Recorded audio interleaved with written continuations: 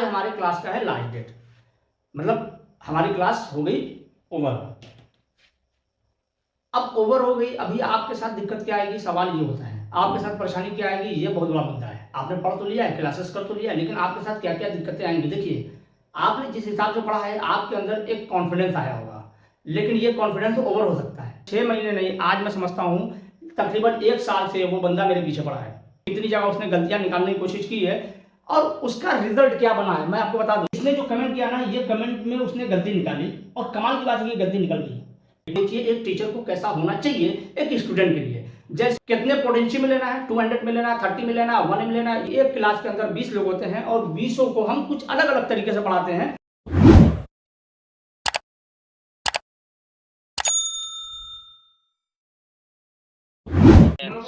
बात तो समझो। हाँ। जो आप फंसे हो ना, नदीम भाई भी फंसे, ऐसा नहीं है, नदीम भाई भी फंसे थे। और जब नदीम भाई फंसे थे तो फिर आप कैसे बच सकते हो, आपका तो फंसना लाजमी है ना। तो नदीम भाई के टेस्टिंग सही बात है। हाँ, ये बात जितना सही। नदीम भाई ने टेस्टिंग कर ली उतनी तो आप कर भी नहीं पाओगे। तो उतनी टेस्टिंग के बाद भी नदीम भाई फंसे। जी सर, जी सर। लेकिन उस दिन जो हमने बताया नदीम भाई को, तो नदीम भाई को पूरी बात समझ में आ गई, लेकिन आपको और बहुतों को समझ में नहीं आई। क्यों? क्योंकि वहां तक की नॉलेज आपके पास नहीं है। तो वहां तक की नॉलेज पहले आपको लेनी पड़ेगी, तब जाकर के वाईफाई रिपेयर कर पाओगे, वरना फंस जाओगे। मैंने आज गाइड किया था, आज मनोवर को आज मैंने बोला था सर हाँ, बनाना है। इससे आसान तो नेटवर्क है, वाईफाई से आसान नेटवर्क है। नेटवर्क बना लोगे लेकिन वाईफाई में अगर उलझ गए तो बना नहीं पाओगे। मतलब अपना डेटा लेन देन तो बोल रही है कि हम कर रहे हैं सीपीयू से, लेकिन सीपीयू तो उसको लेके नहीं चलती ना। सीपीयू तो कभी एसडीआर को लेके चल रही है, कभी बैंड को लेके चल रही है, कभी बोल रही है पावर ऐसी को कि भैया तुम हमको क्लॉक दो।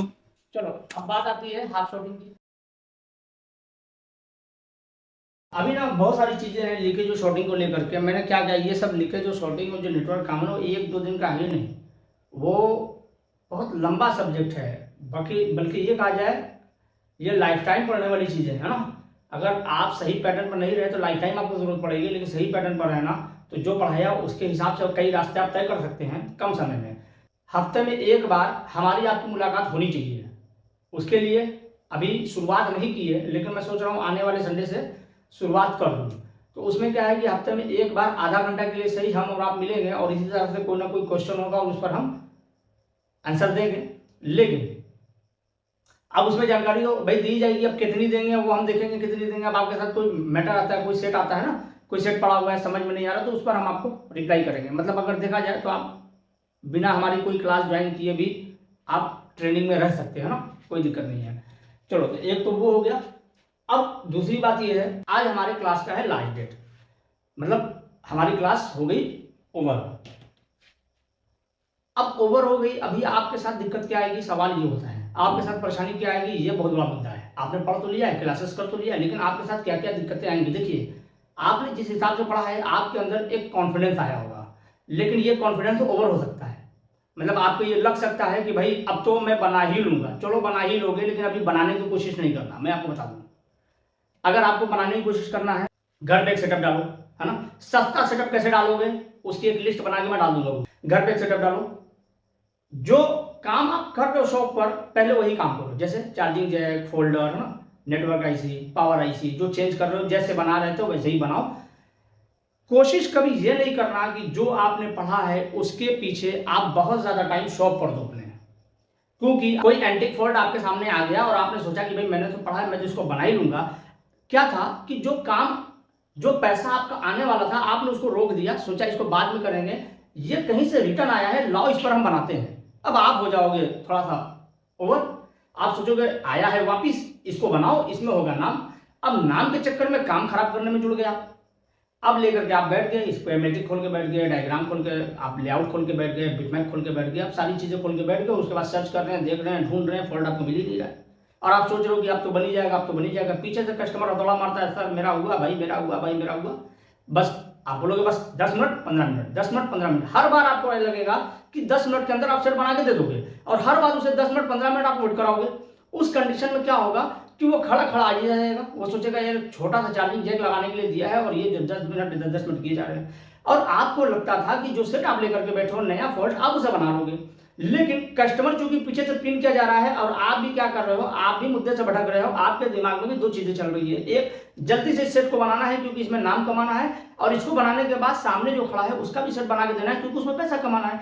तो नाम और पैसा दोनों लेकर के आप बैठ गए, ना नाम मिला ना पैसा। क्यों? जो बना रहे थे वो भी बिगड़ गया डिस्टर्बिंग की वजह से, यानी एक फॉल्ट बना नहीं, नया फॉल्ट क्रिएट हो गया। जो खड़ा था वो भी घबरा गया। अच्छा, अब आपका जो फॉल्ट क्रिएट हो गया है, अब आपके लिए मुसीबत खड़ी होगी। अब आपने सोचा कि भाई ये भी देना है शाम तक, और जो कस्टमर खड़ा है भाई उसका तो देना ही है, चलो कोई बात नहीं, लेकिन जो बिगड़ गया पहले उसे बनाओ। अब उसको बनाने में आप जुड़ गए कि किसी तरह से उसको हम चालू करें। पीछे से कस्टमर चिल्ला रहा है, भाई मेरा चार्जिंग जैक हुआ, भाई मेरा फोल्डर लगा।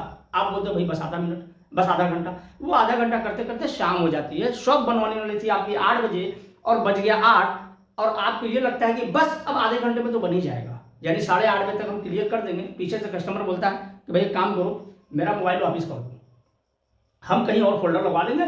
आपने कहा कि बस रुको भाई अभी बना के दे रहे हैं, वो बोलेगा नहीं भाई नहीं, बहुत हो गया, आप मुझे दे दो, 10 बार आपकी दुकान का चक्कर लगा चुका हूं, इतना टाइम मेरे पास नहीं है, आप मुझे सेट दे दो, कहीं बनवा लूंगा। उस कंडीशन में फिर आप बनाना भी चाहोगे उसका सेट तो नहीं बना पाओगे, क्योंकि वो आपको मौका नहीं देगा बनाने के लिए, क्योंकि कई बार आपको मौका दे चुका है। अब वो सेट लेके सीधे चला जाएगा। तो पहला क्या हुआ? पहला, आपकी आमदनी गई जो आने वाली थी, जो रनिंग थी। दूसरा क्या हुआ? जो काम बनने वाला था वो बिगड़ गया क्योंकि आप गलत तरीके से उसके अंदर उलझ के रह गए। तो इसका ध्यान रखना, कभी भी जो आपका रनिंग काम है उसको डिस्टर्ब करके कोई नया काम नहीं करना। कस्टमर से समय लो, उससे टाइम लो, घर पे सेटअप बनाओ, शॉप पर 2 घंटा पहले जाओ, नहीं बना सकते सेटअप, शॉप पर 2 घंटा पहले जाओ, शॉप का शटल रात को गिरा के 2 घंटा लेट तक बैठो, उस पर मेहनत करो, प्रैक्टिस करो। प्रॉब्लम हो मुझे मैसेज करो, फोन करो, सर ये प्रॉब्लम हो रही है, हम उसमें आपकी मदद करेंगे और आपका सपोर्ट करेंगे, जिससे कि उसको बनने में आपके लिए आसानी होगी। तो काम को इस तरह से करिए। काम देखिए, बहुत सारे लोग फेल होते हैं इसी वजह से, वो इंस्टीट्यूट से जाते हैं और काम गलत तरीके से करते हैं और वो पास नहीं हो पाते, और ज्यादा नुकसान उठाने का चांसेस होता है। और ज्यादा नुकसान जो होता है ना, वो सपोर्ट ना मिलने से ही होता है। तो हम तो सपोर्ट आपको देंगे, लेकिन सही समय पर जब आप सेट बनाएंगे ना, तो सही समय पर आप हमसे सही क्वेश्चन कर पाएंगे, सही समय पर सही बात आप हमसे कर पाएंगे कि सर ये दिक्कत इसके अंदर हो रही है। लेकिन डिस्टर्बिंग के माहौल में जब आप हमें फॉल्ट बताओगे, तो फॉल्ट बताओगे, पूरी फॉल्ट बता नहीं पाओगे, पूरा फॉल्ट ना बताने की वजह से हम आपकी मदद भी पूरे तरीके से नहीं कर पाएंगे। पता लगा कि पावर आईसी रिपोर्ट करवाना है और हमने आपसे सीपीयू निकलवा दिया, उस कंडीशन में केस आपका बिगड़ जाएगा, क्योंकि भाई जो डिटेल हमें दोगे उसी हिसाब से हम आपको बताएंगे क्या करना है, क्योंकि मेरे हाथ में तो सेट है नहीं। तो आपकी टेस्टिंग प्रॉपर इंपॉर्टेंट है, और जब आप मेरे से क्वेश्चन करो तो सही जानकारी आपके पास होनी चाहिए, जिससे हम आपको सही जवाब दे सके और आपका सेट बन सके। अभी तक आपको कोई नहीं पूछता रहा होगा, आप में से बहुत सारे लोगों को कोई नहीं पूछता रहा होगा, किसी को परवाह नहीं रही होगी, है ना? क्यों? क्योंकि आप काम नहीं कर पाते थे, लेकिन अब आप काम करोगे। जब अब आप काम करोगे ना, तो 100 जानवर पीछे आपके पड़ेंगे, चैलेंज करने वाले आएंगे, वो चैलेंज करेंगे, ये बना दो तो जानूं, ये बना दो तो मैं समझूं। तो पहले बता दूं, चैलेंज का कोई सेट एक्सेप्ट नहीं करना, भले उसमें एक जंपर ही क्यों ना मारना, एक चार्जिंग जैक ही क्यों नहीं बदलना, जिंदगी खराब हो जाएगी आपकी, मैं बता दूंगा आपको। वो आया है आपसे अपना काम करवाने के लिए नहीं, वो आया है आपको डिस्टर्ब करने के लिए, आपको लाइन से मुद्दे से भटकाने के लिए, क्योंकि उसको इस बात की तकलीफ है कि जो काम पहले आप नहीं करते थे आप वो कर रहे हो, उसकी नजर में आप खटक रहे हो। और ये दस्तूर है, जब जब आप कामयाबी की तरफ बढ़ोगे, पीछे से आपको धक्का देने वाले लोग मिलेंगे, लेकिन उससे उलझने के बजाय सीधे रास्ते चलते जाएंगे ना, तो उसके एक धक्के में 10 कदम आप कब बढ़ जाओगे आपको पता नहीं चलेगा। तो उसका धक्का आपके लिए काफी बेनिफिट और फायदेमंद हो सकता है। उसको कभी भी रिएक्ट नहीं करिएगा। कोई अगर कुछ बोले, कोई अगर कुछ कहे, रिएक्ट मत करिए, कान में सुनिए, इधर से सुनिए, इधर से निकालिए और अपने काम पर आगे फोकस करिए, क्योंकि रिस्पॉन्स इंपॉर्टेंट है। अगर आपने रिस्पॉन्ड नहीं किया, आपने रिएक्ट किया, तो मैं आपको बता दूं जिंदगी आपकी खराब हो जाएगी। तो चैलेंज और दावा करने वाले बहुत सारे लोग मिलेंगे, कभी उसको जो है ना दिल पर नहीं लीजिएगा। सीधे क्या करेंगे, सीधे अपने काम पर फोकस करेंगे। क्यों? वही काम जो रिस्पॉन्ड आप कर रहे हैं, वही रिस्पॉन्स रिएक्ट करके दिखाएगा, और फिर आपको पता चलेगा कि भाई जो जवाब हम जुबान से देना चाहते थे, आज हमने अपने काम से दिया और उसका रिजल्ट क्या निकला। एग्जाम्पल के लिए हम आपको दिखाते हैं, 6 महीने नहीं, आज मैं समझता हूं तकरीबन 1 साल से वो बंदा मेरे पीछे पड़ा है। उसने कितने कमेंट किए हैं और कितनी जगह उसने गलतियां निकालने की कोशिश की है, और उसका रिजल्ट क्या बना है मैं आपको बता दूं। और मैं उसका कमेंट आज दिखाता हूं, और वो भी बेचारा बहुत दिन से इंतजार है कि मैं उसके कमेंट का जवाब कब दूंगा। चलिए पहले हम एक बार स्क्रीन शेयर करते हैं और दिखाते हैं उसने किस तरह का कमेंट किया। उसने यहाँ कमेंट किया, नाम देखिए, मैं नाम दिखाता हूँ, नाम है कहाँ गया ये, दीपक कुमार YK1VI। इसने नया अकाउंट बनाया है सिर्फ मुझे टारगेट करने के लिए। बहरहाल उसने यहाँ एक कमेंट किया है ना, यहाँ देखिएगा लिखा हुआ है, हालांकि जो इसने किया है ना मैं वीडियो में पहले भी बता चुका हूँ, मतलब बेमतलब इसका ये कमेंट है, मतलब सिर्फ उलझाने का काम, ये करने का काम कर रहा था, है ना। उसके बाद यहाँ देखिए, अब उसने लिखा है जिस बंदे ने एमएमसी रिवॉल्व कर दी, क्या वो सीपीयू रिवॉल्व नहीं कर सकता था, इस तरह से उन्होंने कमेंट किया। तो मैं इस पर बात कर सकता था, इनको कमेंट कर सकता था, जवाब दे सकता था कि भाई एमएमसी रिवॉल्व करना बहुत आसान है लेकिन सीपीयू आसान नहीं है। एमएमसी तो रिवॉल्व कर देगा, बहुत सारे लोग करते हैं लेकिन सीपीयू नहीं करते। चलिए यहाँ भी मतलब था। उसके बाद अब देखिए यहाँ लिखता है सर हमें भी पढ़ा दो, हम भी क्लास में ले लो। हालांकि ये बहुत बात का है, उसने ऐसी बात क्यों कही, चलिए हम आगे देखेंगे ना। उसके बाद यहाँ इन्होंने कमेंट किया कि भाई ये मशीन से कुछ करके भी दिखाओगे या सिर्फ ज्ञान ही, देखो ये शब्द इसका देखो किस तरह के इसने जुमला इस्तेमाल किया। चलिए अब इसके बाद देखेंगे कि कुछ आगे पीछे कमेंट है, लेकिन हम कोशिश करेंगे पहले वही कमेंट दिखाने का जो कि उसने किया है। अब यहाँ देखो एक कमेंट इसका ये जोरदार था, इसने जो ये कमेंट किया है ना इस वीडियो में, ये शायद Redmi Note 9 का है जो मैं यहाँ बना रहा था, आप देखिएगा। तो इसने जो कमेंट किया ना, ये कमेंट में उसने गलती निकाली, और कमाल की बात है ये गलती निकल गई।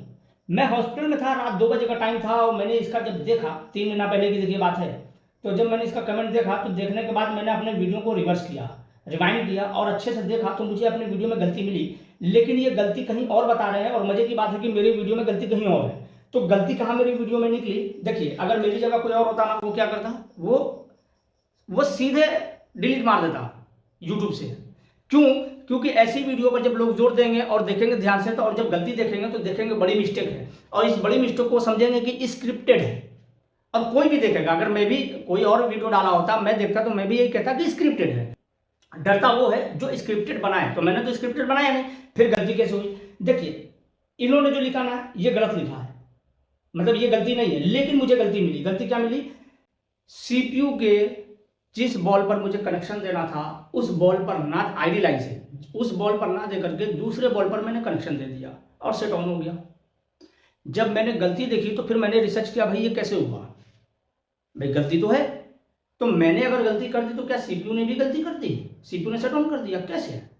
जब मैंने डायग्राम को देखा, अच्छे से उसको रीड किया, तो बात समझ में आई कि सेट ऑन हो जाएगा। जिस लाइन के फॉल्ट की वजह से सेट वो डेड था, मैं बता दूं, वो लाइन, इस वीडियो को देखने के बाद सेम मॉडल का सेट लीजिए, उस लाइन को ब्रेक करिए, सेट डेड नहीं होगा। लेकिन इस मोबाइल के अंदर उस लाइन से सेट डेड था। तो जब उस लाइन से सेट डेड था इस मॉडल के अंदर, तो सेम मॉडल के सेट में उसी लाइन को ब्रेक करने से सेट डेड क्यों नहीं होगा। और ये चीज मैं क्लास में आप लोगों को पढ़ा चुका हूं कि ऐसा क्यों, कि एक मॉडल के अंदर इस लाइन से प्रॉब्लम हो रही है, लेकिन same model, same company, same brand, आप दूसरा पीस लोगे तो उसके अंदर उस लाइन के डिस्कनेक्ट करने से ये फॉल्ट क्रिएट नहीं होगा।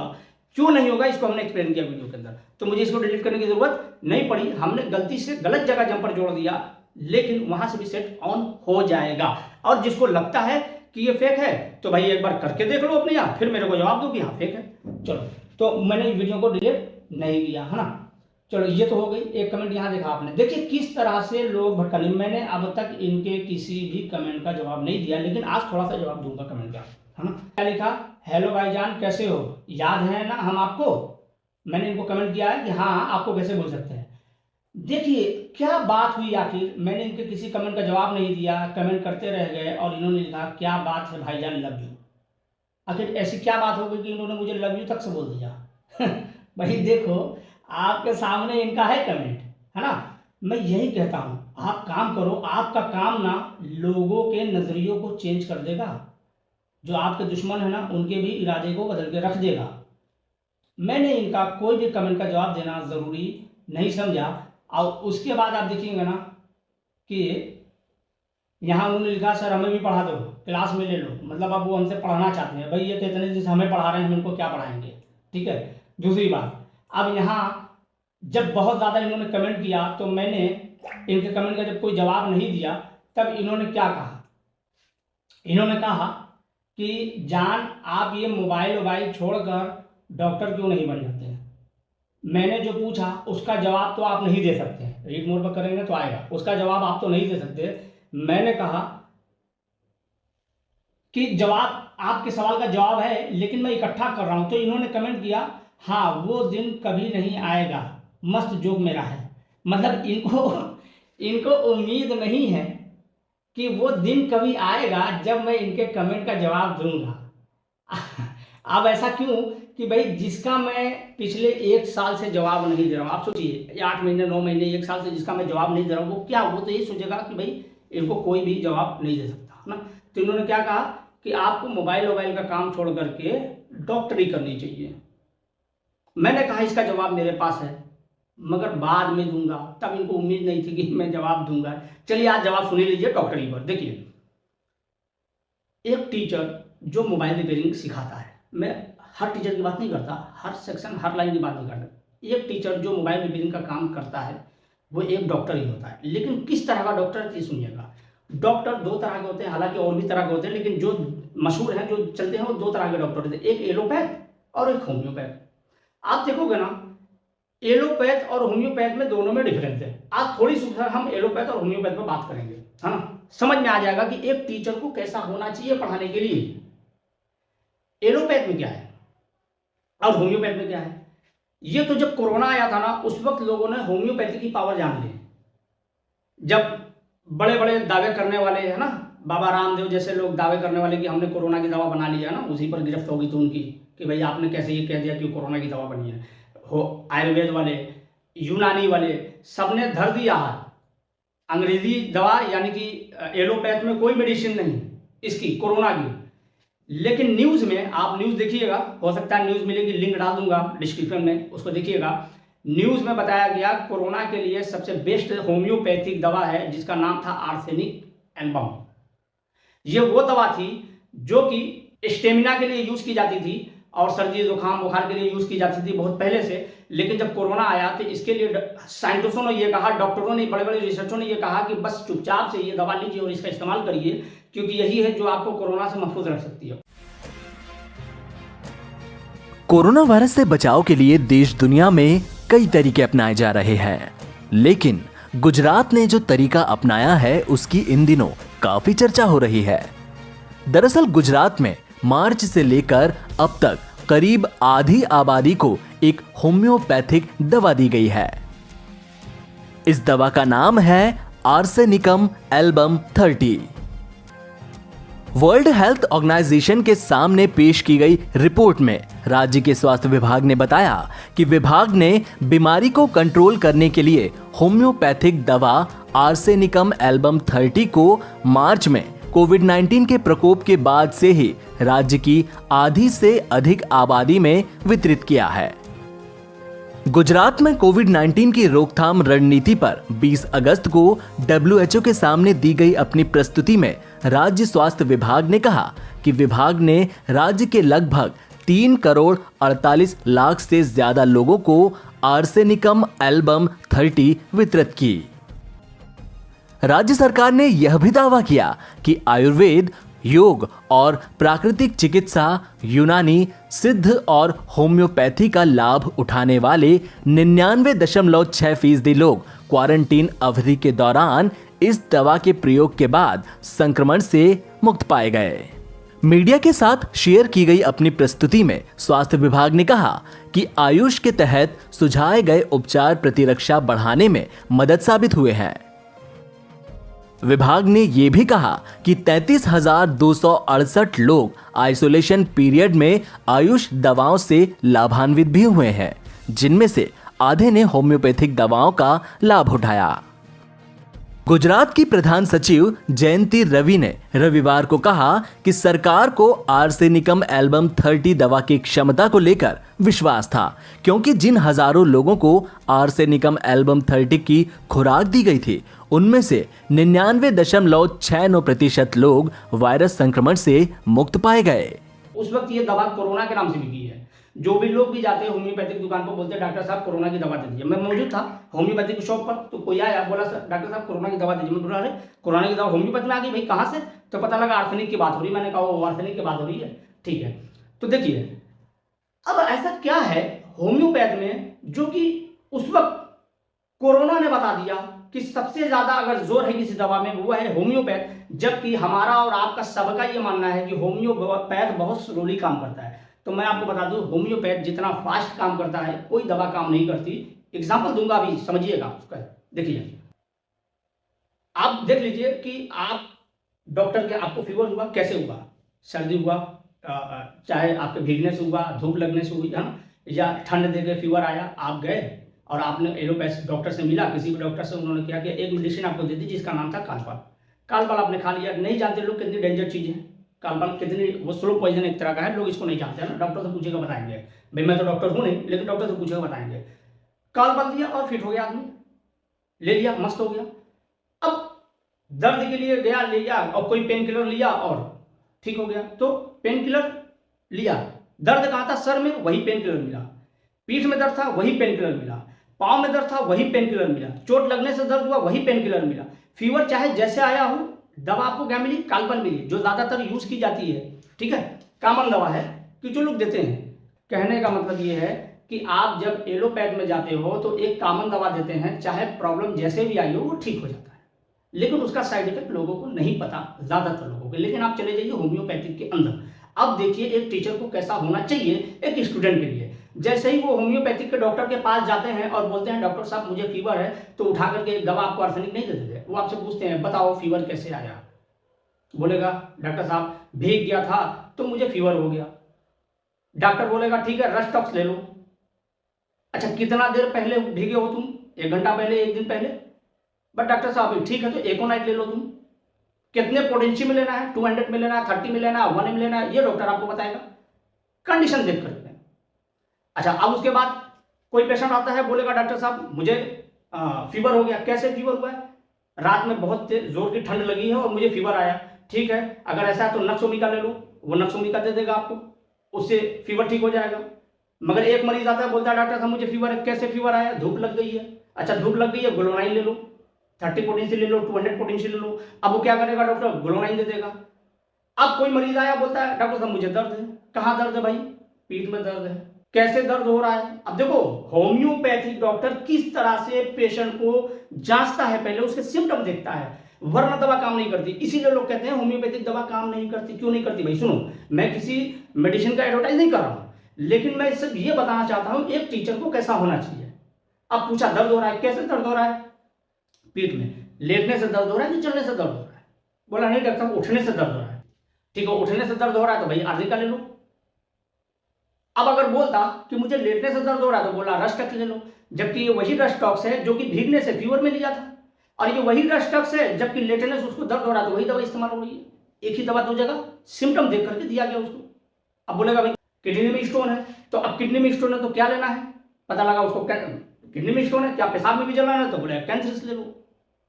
कितना स्टोन है, राइट साइड में कि लेफ्ट साइड में है? बारबेरिस ले लो। तो इस तरह से वो डॉक्टर पहले देखता है। और सिर्फ यही नहीं, यहाँ तक कि पेशेंट का कलर भी देखा जाता है, उसकी हाइट भी देखी जाती है, उसका मिजाज भी देखा जाता है, उसका मिजाज कैसा है, उसी हिसाब से उसे तय किया जाता है कि कौन सी मेडिसिन उसको देनी है। समझिएगा, है ना? तो अब ये होता है होम्योपैथ और एलोपैथ में डिफरेंस। यानी होम्योपैथ डॉक्टर वो जब किसी पेशेंट को ट्रीट करता है, किसी पेशेंट को दवा देता है, तो पहले उसकी कंडीशन को बहुत अच्छे से समझता है। और एक टीचर को भी ऐसा ही होना चाहिए, और मैं भी ऐसा ही करता हूं कि पहले मैं स्टूडेंट को देखता हूं, उसकी कंडीशन क्या है, उसका मिजाज क्या है उसकी कैफियत क्या है, वो कहाँ से कितनी जगह से पढ़ के आया है, उसके माइंड में कहीं ऐसा तो नहीं कुछ गड़बड़ सड़बड़ चल रहा है, कोई दिक्कत और परेशानी तो नहीं। उसको देखने के बाद उसे हम कहते हैं ठीक है भाई इस तरह से आपको पढ़ाना चाहिए। और आपने देखा होगा कि एक क्लास के अंदर 20 लोग होते हैं और 20 को हम कुछ अलग अलग तरीके से पढ़ाते हैं। किसको किस तरह से समझ में आया उस तरह से समझाया जाता है, किसको किस तरह से समझ में नहीं आया दूसरे तरह से समझाया जाता है, तो इस तरह से समझाया जाता है। तो ये होता है। अब बात करते हैं कि होम्योपैथी के पावर के बारे में। जैसे एक टीचर के अंदर पावर होनी चाहिए। पावर कैसी पावर? ऐसी पावर जो स्टूडेंट को समझ सके उसके अंदर क्षमता कितनी है, उसे कितना पढ़ाना चाहिए कब, और कितना पढ़ाना चाहिए कब, ये चीजें ध्यान देना बहुत जरूरी है। जैसे अभी कोरोना में मैं हॉस्पिटलाइज था अब क्या हुआ था, मुझे दर्द हुआ था और उस वक्त रमजान का पहला दिन था और मैं रोजे से था, लेकिन दूसरे दिन रोजा नहीं रख पाया। दर्द बहुत ज्यादा था और उस दर्द में क्या हुआ मैं हॉस्पिटलाइज हो गया। आराम नहीं मिला, दूसरे हॉस्पिटल में गया। भाई कोरोना में हर तरफ पाबंदियां लगी थी और तगड़ा कोरोना था, उसको पाबंदी थी। एम्बुलेंस से मुझे ले जाया गया। बहरहाल दूसरे हॉस्पिटल में जाने के बाद मुझे रिलीफ मिला। उसके बाद क्या किया उन्होंने, मुझे दवा वगैरह दे दिया और एडमिट कर दिया। एडमिट करने के बाद कुछ जांच वगैरह भी कराई। जांच के बाद पता लगा मुझे अपेंडिक्स था। अच्छा, मुझे तो पता नहीं कि भाई मुझे केस क्या है, और ये भी नहीं पता था कि अपेंडिक्स में कैफियत क्या होती है। मुझे हॉस्पिटल जाने की शायद जरूरत ना पड़ती, लेकिन मुझे मर्ज पता नहीं था।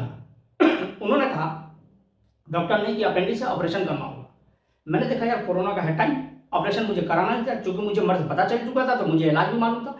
मैंने डॉक्टर साहब से ये कहा कि डॉक्टर साहब देखिए ऐसा है कि ऑपरेशन करना हो तो कराइए, क्योंकि मुझे जान छोड़ा नहीं थी। अगर मैं कहता अभी नहीं कराऊंगा तो धमकी देते, जान चली जाएगी, फट जाएगा, पेट में इन्फेक्शन हो जाएगा, वो धमकी देते। मैंने उनसे कहा डॉक्टर साहब एक काम करिए कि आप ऑपरेशन कर दीजिए, लेकिन पेमेंट मैं आपको जो है ना ईद के बाद दूंगा, क्योंकि देखिए कोरोना का है टाइम, हालत है खस्ता, पैसा है नहीं, तो मेरा आप ट्रीटमेंट कर दीजिए, ऑपरेशन कर दीजिए। लेकिन क्या मेरी कंडीशन जो है, मेरी सेहत ऑपरेशन के लायक है? अगर है तो कर दीजिए।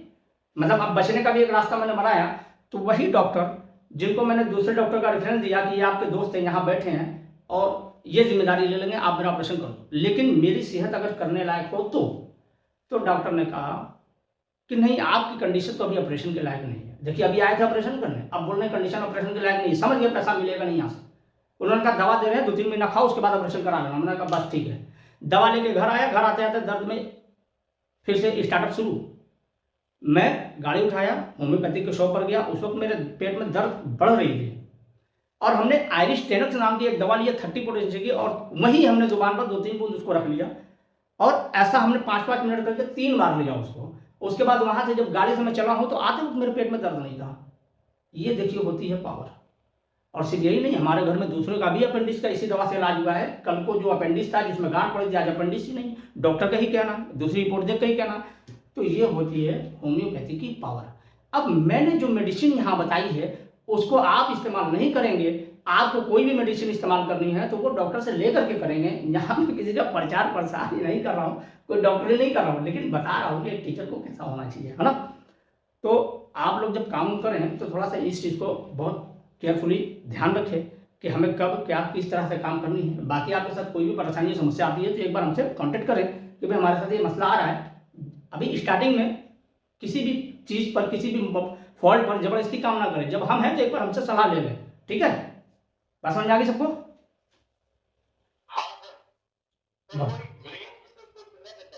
जी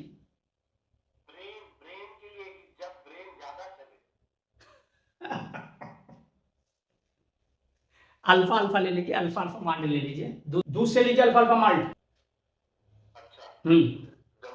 जी।